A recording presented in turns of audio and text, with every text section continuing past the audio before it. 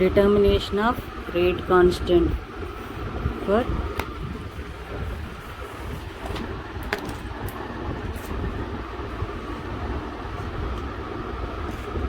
dissociative mechanism. Dissociative mechanism की rate constant ఎలా determine చేయాలి అనేది ఇప్పుడు నేర్చుకుంటాం. ఫస్ట్ డిసోసియేటివ్ మెకానిజంలో ఏం జరుగుతుంది, ML6 అనే ఒక ఆక్టాహైడ్రల్ కాంప్లెక్స్ తీసుకుంటే అది స్లో స్టెప్లో ML5 గాను ప్లస్ L గాను డిసోసియేట్ అయిపోతుంది. తర్వాత ఏం జరుగుతుంది, ఆ ML5 దగ్గరికి కొత్త లైగండ్ వచ్చి సబ్స్టిట్యూషన్ జరుగుతుంది. ఇప్పుడు రేట్ ఆఫ్ ది రియాక్షన్ రాయాలనుకోండి. రేట్ ఆఫ్ ది రియాక్షన్ రాయాలంటే ఎలా రాస్తాం, formation of product DML5L' change in the concentration of product, లేదా change in the concentration of reactants. ఇక్కడ ఈ ప్రోడక్ట్ ఫామ్ అవుతున్నప్పుడు రియాక్టెంట్స్ ఎవరెవరు, ML5L' కదా, కాబట్టి ఆ reactants decrease in the concentration of reactants ML5L'/dt. అంటే రేట్ ఆఫ్ ది రియాక్షన్ రాయాలి అంటే increase in the concentration of product or decrease in the concentration of reactants రాయాలి. ఇది రేట్ ఆఫ్ ది రియాక్షన్. ఇప్పుడు ఈ రేట్ ఆఫ్ ది రియాక్షన్ బట్టి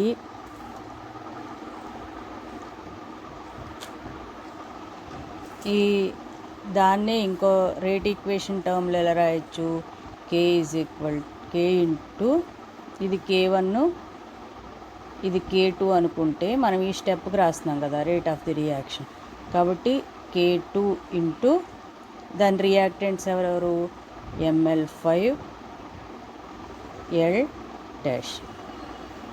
ఇలా కూడా రాయొచ్చు. 3 అన్నమాట. Increase in the concentration of products, decrease in the concentration of reactants, or this is another method. Rate is equal to K2 into ML5L'. ఇప్పుడు దీనికి ఏం చేస్తామంటే స్టడీ స్టేట్ హైపోథసిస్ అప్లై చేస్తాం. మీరు స్టడీ స్టేట్ హైపోథసిస్ అనేది కైనెటిక్స్లో నేర్చుకున్నారు. Study state hypothesis ఇక్కడ దీనిలో మనకి ML5 అనేది డైరెక్ట్గా మనం తీసుకోలేదు, అది రియాక్షన్ జరుగుతున్నప్పుడు ఫామ్ అయింది. ఏదైనా ఒక రేట్ ఈక్వేషన్లో అలాంటి ఒక కాంపోనెంట్ ఉంటే ఆ కాంపోనెంట్ని ఇప్పుడు స్టడీ స్టేట్ హైపోథసిస్ అప్లై చేస్తాం అనుకోండి. ఎవరికి అప్లై చేస్తాం, ML5, అంతేగాని L' అప్లై చేయం. ఎందుకంటే L' మనమే తీసుకున్నాం కదా, కాబట్టి L' అప్లై చేయకుండా ML5కి స్టడీ స్టేట్ హైపోథసిస్ అప్లై చేస్తాం అన్నమాట. ఈ స్టడీ స్టేట్ హైపోథసిస్ అప్లై చేసినప్పుడు ML5కి స్టడీ స్టేట్ హైపోథసిస్ అంటే ఏంటి, rate of the formation of ML5 is equal to rate of the decomposition of or consumption of ML5. అంటే ML5 ఎంత అయితే ఫామ్ అయిందో అంతా కూడా రియాక్షన్లో యూజ్ అయిపోయింది అనేది మనం ఇక్కడ అప్లై చేస్తున్నాం అన్నమాట. అదాన్ని స్టడీ స్టేట్ హైపోథసిస్ అంటారు. ఫార్మేషన్ ఆఫ్ ML5 అంటే ఏ స్టెప్లో జరుగుతుంది, ఇక్కడ జరుగుతుంది చూడండి, ఫస్ట్ స్టెప్లో జరుగుతుంది. ఫార్మేషన్ ఆఫ్ ML5 అనేది ఫస్ట్ స్టెప్లో రేట్ ఈక్వేషన్ ఏమవుతుంది, K1 ఇంటూ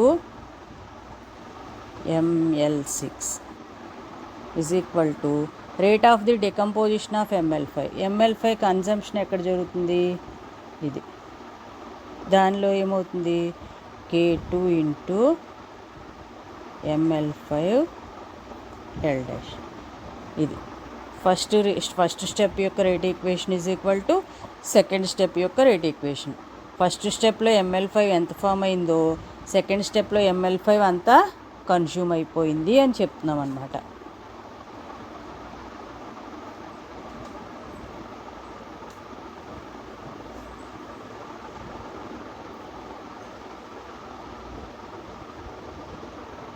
అంతేకాకుండా ఇక్కడ ఇంకొక ఎగ్జాంప్షన్ ఏం చేసుకున్నారు,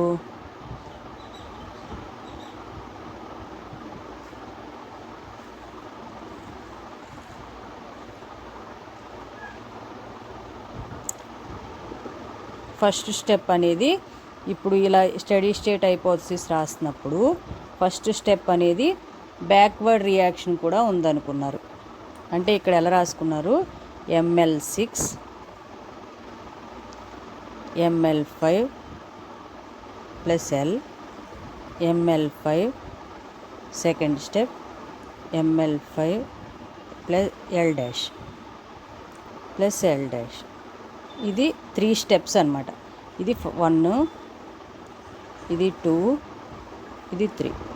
ఇప్పుడు స్టడీ స్టేట్ హైపోథసిస్లో ఏంటి, ML5 formation speed is equal to ML5 consumption speed. ML5 formation ఏ స్టెప్లో జరిగింది, ఫస్ట్ స్టెప్లో. కాబట్టి K1 into ML6 ML5 formation జరిగింది. ML5 కన్జంప్షన్ ఎప్పుడెప్పుడు జరిగింది, కొంతేమో బ్యాక్కి వెళ్ళిపోయింది ML6గా, అది సెకండ్ స్టెప్. అంటే ఇక్కడ K1కి బ్యాక్ కాబట్టి K-1 అనుకున్నారనుకోండి.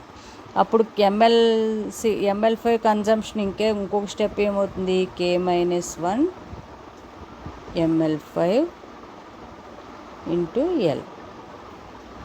కాబట్టి ఇక్కడ ML5 కన్జంప్షన్ 2 రకాలుగా జరగవచ్చు. ఫస్ట్ స్టెప్లో ఫామ్ అయిన ML5 మళ్ళీ బ్యాక్కి వెళ్ళిపోవచ్చు, అవకాశాలు రాసామన్నమాట. లేదు మొత్తం వచ్చేసి ఇక్కడ కన్జ్యూమ్ అయిపోవచ్చు. కాబట్టి డికంపోజ్ అయిన మొత్తము కన్జ్యూమ్ అయిన మొత్తానికి సమానము అనేది స్టడీ స్టేట్ హైపోథసిస్. దాన్ని ఇక్కడ ఇలా తీసుకొచ్చాం. డికంపోజ్ అయిన స్టెప్ ఏంటి, K1 ఇంటూ ML6. కన్జ్యూమ్ అయిన స్టెప్స్ 2. బ్యాక్వర్డ్ స్టెప్ అయితే K-1 into ML5 into L. Consume అయిన స్టెప్ సెకండ్ స్టెప్ ఏమో K2 ఇంటూ ML5 L.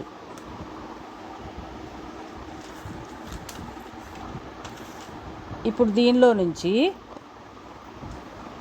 ఈ రెండిట్లో నుంచి ML5ని కామన్ తీయండి.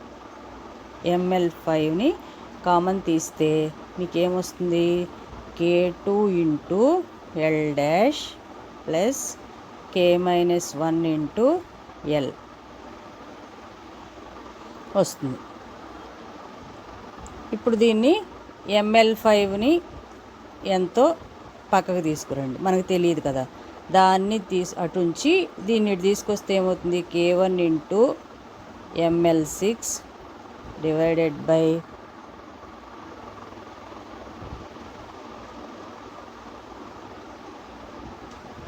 K2 into L dash plus K-1 into L.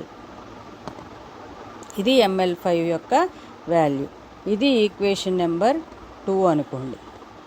ఇక్కడ మనకి ఇది rate is equal to K2 into ML5 L dash ఉంది కదా, దీని ఈక్వేషన్ నెంబర్ 1 అనుకోండి.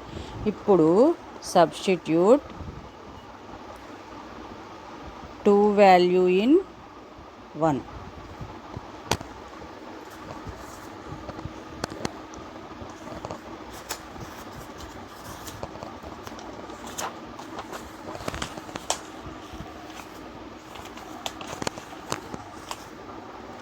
టూ వాల్యూ ఇన్ 1 అయితే మనకేమవుతుంది, మనకేముంది 1 rate is equal to K2 into ML5 into L dash అని ఉంది కదా. దీనిలో ML5 బదులు ఇప్పుడు మనకు వచ్చింది తీసుకొచ్చాం. మనకు వచ్చింది ఏంటి,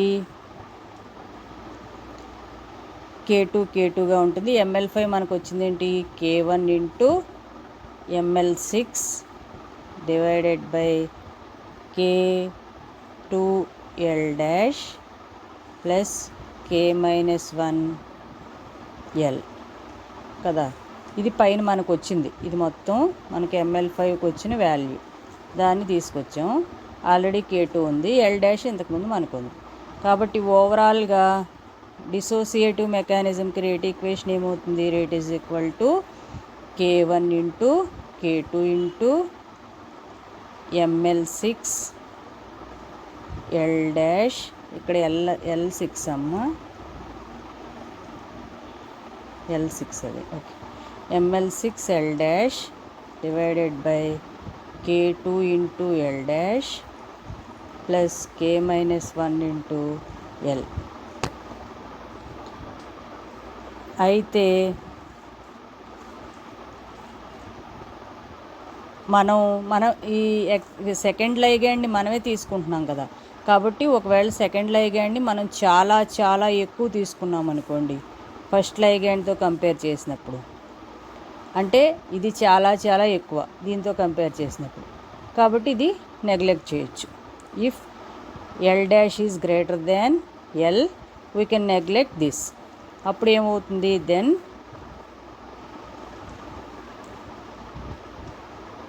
rate is equal to K1 K2 ml6 L' divided by K2 into L' అవుతుంది. ఇప్పుడు దీనిలో ఈ L' K2 క్యాన్సిల్ అయిపోతుంది. Final rate is equal to K1 into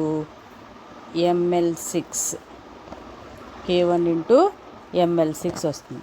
కాబట్టి మీకు ఇక్కడ మనం ఫస్టే చెప్పుకున్నాం, డిసోసియేటివ్ మెకానిజం అంటే SN1 unimolecular nucleophilic substitution. Unimolecular అంటే rate of the reaction depends only upon the concentration of complex only, not on the incoming ligand, depends only on one molecule. ఇక్కడ చూడండి, rate of the reaction depends only on the complex. So dissociative mechanism is SN1 mechanism, that is unimolecular mechanism. Okay.